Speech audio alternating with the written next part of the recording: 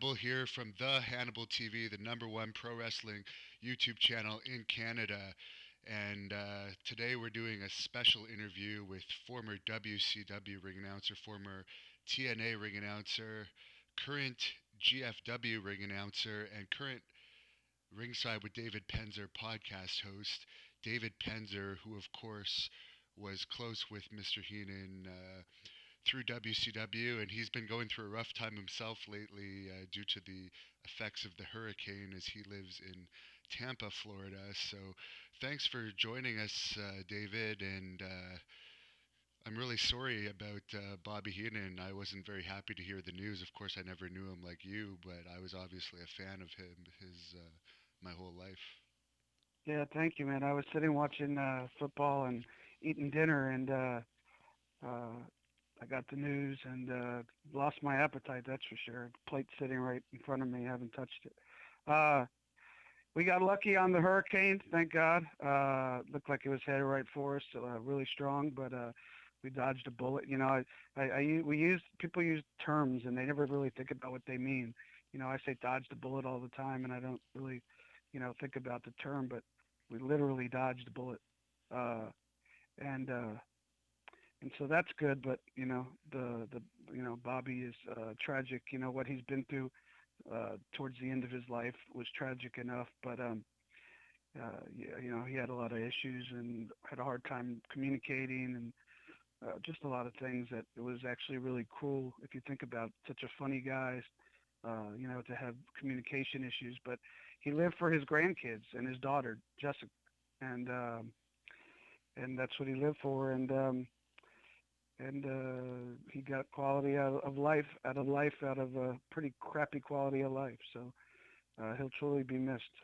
Yeah, he seemed to remain positive, right until the end, despite his severe issues with throat cancer. Yeah, I saw him actually when I was at WrestleCon for the channel, and doing interviews, and I saw him and his wife Cindy and gave him a big hug, and he carries around a pad that he writes stuff on, and we had this little inside thing that I won't say what it was, but I knew he was going to write it as soon as he started writing, and he wrote the term, and we laughed, and I said, "Hey, I love you, man," and he just nodded, and it was unfortunate because one of the wittiest guy. I'll tell you a small story I just put on a friend of mine's Facebook page. I'm Jewish, for those who don't know, and although not very religious. And so when we first moved to Tampa, my wife threw me a party for my 35th birthday at this house we were renting, and Bobby and his wife Cindy were invited, and they came, and he brought me, as a gift, he brought me a wandering Jew plant. I don't know if people are familiar, but there's a plant called a wandering Jew, and he bought me the plant for as a birthday present. And it wasn't like meant as an insult. He was just his way of saying, happy birthday, I love you. But even funnier story to show how quick he was. A guy named Joe Gomez, who used to be a wrestler in WCW and owned several businesses in the Tampa area, still to this day a good friend. Towards the end of the party, he went up to Bobby and he said, "Hey, Bobby, we need to get together for lunch one day soon." And without missing a beat, boom, didn't even have to think about it, Bobby turned at him, and his response was, "Why don't you just give me $20 and we'll call it even?" That's hilarious. So I'll never forget that. And I wrote also, when I was a kid in college, me and my friend Jeff we were two big wrestling fans, and we used to watch primetime wrestling and those shows, and Bobby was one of our favorites because he was so funny. So we used to say to ourselves, could you imagine being able to have a drink, or hang out with Bobby Heenan just for like 15 minutes? And I was lucky enough to have plenty of drinks with him and spend a lot of time with him and call him a friend. So obviously not as close as guys like Gene Okerlund and Mike Tenay, but it was honored to call him a friend nonetheless. And uh, those who are new fans who may not be as familiar with his work, I'm sure most everybody knows his name and his reputation, but for those who may not be familiar with his work, Google some of the stuff he did, or it'll be on social media in the next several days, I'm sure. Just one of the funniest, wittiest guys uh, in the history of the business, and he truly had a heart of gold. So God bless him. Were you the ring announcer for that event when he had that issue with Brian Pillman when Brian Pillman grabbed him by surprise and Bobby accidentally swore on the air? Yeah, I was there. I was there. He had been he had neck issues, and he was concerned about them, and Brian didn't know. Brian was just being Brian. He was playing his character or being whatever he is being. I still to this day don't know how much of it was a character and how much of it was being him. But uh, he grabbed him, and yeah, I guess it jolted Bobby. And he if you hear Bobby tell it, it like kind of make him his body froze for a second, like he felt like for a second he was paralyzed, and so he said what he said. Didn't even remember that, but yeah, I was there, and I know he was really embarrassed about it, but at the time, but because you know, he always wanted to be, as professional as possible. He took a lot of pride on the fact that he could go out there and entertain people and do his job and earn a paycheck, a nice paycheck at that. But so when it wasn't his proudest moment, but it was, he was startled, and we all say we all have a blip or two in life where we probably say something we didn't want to say for whatever various and sundry reasons. Now, I guess you would have been in WCW before he came aboard as a commentator on WCW Saturday Night, right? You would have been working for them a bit earlier. Yeah, I was working for him, and I was actually working for him at the end, toward the end of when Jesse Ventura was there. And then, as you know, when they hired Bobby, that was pretty much the end of Jesse Ventura.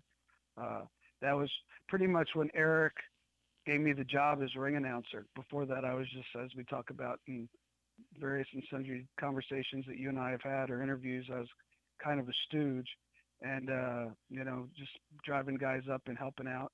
And and that was around the time that Eric got to be executive producer, and he hired me to be the backup ring announcer. He hired Bobby to be a color commentator, and uh, the only reason I'm saying those two in the same breath is that because they happened around the same time, because one was like real important and the other was like a blip on the radar of life. It was cool for me. Don't get me wrong. I was excited, but as far as business goes, I just didn't want to think I was comparing the two, but just it Right. was in a similar time frame. And who was your favorite wrestler that Bobby Heenan managed? He managed so many famous wrestlers. Like, I should say, who is your favorite pairing of him as a manager with a wrestler? I'd have to say Kurt Hennig, who there's uh, I'm sure there's a lot of hell being I hate to say this, but there's a lot of hell being uh, done in heaven tonight because Kurt Hennig was God bless him was one of the biggest ribbers and one of the funniest guys, and so was Bobby Heenan, although less of a ribber, uh, but again, so. Uh, uh, but yeah, Kurt Hennig, and we got to. I was very happy that we got to bring Bobby in for the XWF to manage Kurt. Probably that was the last bit of managing he did. I think if I were to remember that right. Yeah, and for those of you listening that don't know, the XWF was a federation that opened up after WCW closed. That you were part of the I guess you were really part of the office with that company, and it was a lot of ex WWE or WCW personalities. And if you want to know more about that, watch David Penzer's full shoot interview on this channel because he goes into detail about that. We also did an episode of the podcast with Brian Knobs, who was one of the bosses of the XWF, believe it or not. Uh, and we delve into how it came to be, who was involved, why it didn't work. It's about an hour conversation on the history of the why they did it and who was involved and what was planned. So I urge your if anybody wants to know more about it, check out Sitting Ringside. They could go to my Twitter page at David Penzer or at Penzer Ringside is the Twitter page handle for the actual podcast. And hey, you got a whole bunch of subscribers, so if you guys could check it out, and if you like it, subscribe. We're going to be having the host of this YouTube channel as a special guest very soon. So. And you've had some great guests. I have listened to the full part one and part two of Kevin Sullivan's, who you've also arranged for me to interview Kevin Sullivan for this YouTube channel next month in Florida for an event you're involved with. And we do have American subscribers and some from Florida. So do you want to tell us about that event coming up? Sure, yeah. We're doing a Fanfest. It's called the Championship Wrestling from Florida Fanfest. My partner is a guy named Barry Rose who has a Facebook page.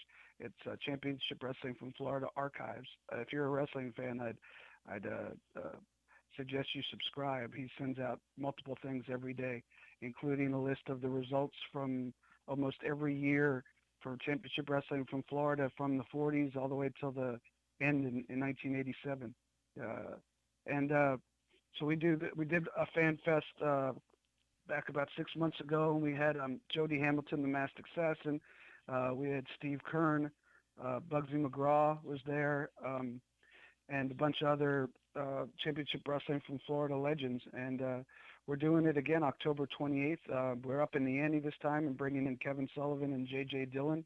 And there are opportunities to have a 2-hour dinner and conversation and Q&A with Kevin and JJ.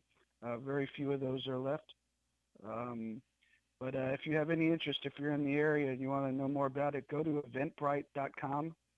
Eventbrite, all one word, eventbrite.com. Just type in CWF FanFest. It'll pop right up there and tell you all about it. We have Brian Blair as well, and we have going to be announcing 2 or 3 more legends that will be part of that event. And the cool thing is we only limit it to 200 fans. We want to make it an intimate fan fest. So it's a unique kind of opportunity. It's not like a WrestleCon or anything like that. It's 200 fans, and then only 50 are do the dinner. So if you want to meet those guys and hang out with them and ask them questions, get some autographs, or even have dinner with them, be sure to check that out. And again, CW Championship Wrestling from Florida Archives. You could put that in the search engine on Facebook. It'll come up. And I suggest that you subscribe, whatever you do on Facebook.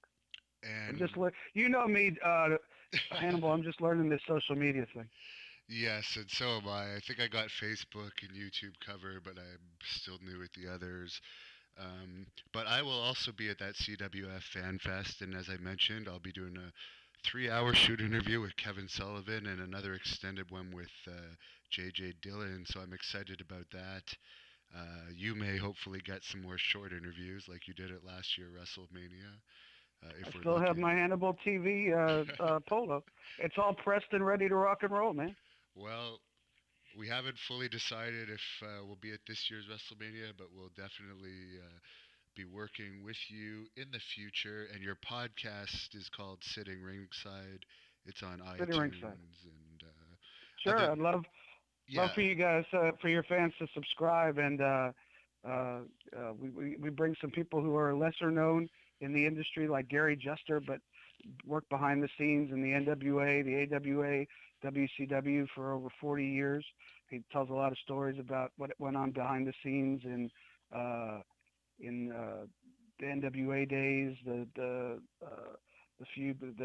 WWE Monday Night Wars, and just a lot of inside stories. And then we have guys like last week's guest was the Disco Inferno, and had a fun conversation with Disco about a lot of different things. So I urge people to check it out, Sitting Ringside, and Nick Patrick as well. Love to rob some of your subscribers from you. Oh, no problem at all. You wouldn't rob or them because borrow them. They could still subscribe to your great channel, but we just want to borrow them. So Exactly. And for any of there you you go. WCW fans, I'm halfway through his Nick podcast or Nick Patrick podcast, and that one's pretty good too. And I actually had Nick Patrick referee one of my matches before when I was in Deep South Wrestling for a brief period of time, and I also had Earl Hebner referee one of my matches when I fought Abyss for one match in TNA.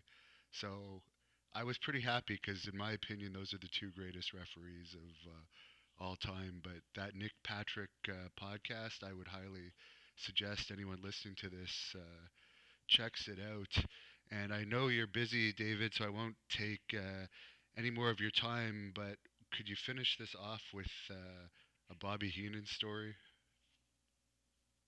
The best one I got was the Joe Gomez story. That see, I peaked too early, man.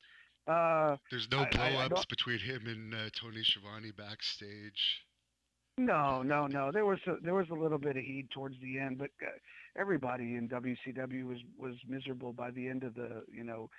It was a very stressful working atmosphere, and Tony was doing so much, producing all the shows and announcing all the shows, and it just wasn't a great working atmosphere. But I'm sure at the end of the day, I know that that both of those guys had deep respect, and I saw Tony on Twitter mention that he had prayers for Cindy and Jessica and their family, and but I'll have to think about another story and get back to you. I could tell you a lot of stories, but they probably wouldn't be okay for YouTube. So What does he think? What did he think about Vince Russo?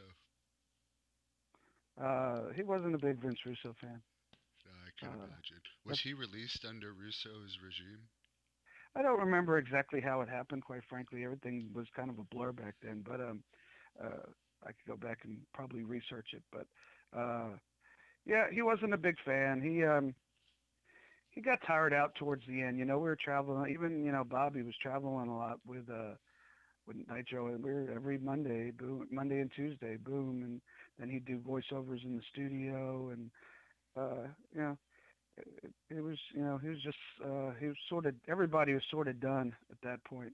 If unfortunately, as you know, wrestling doesn't take a vacation, No. but if everybody could have had like a 6-week vacation from WCW, the whole thing might have gone totally differently.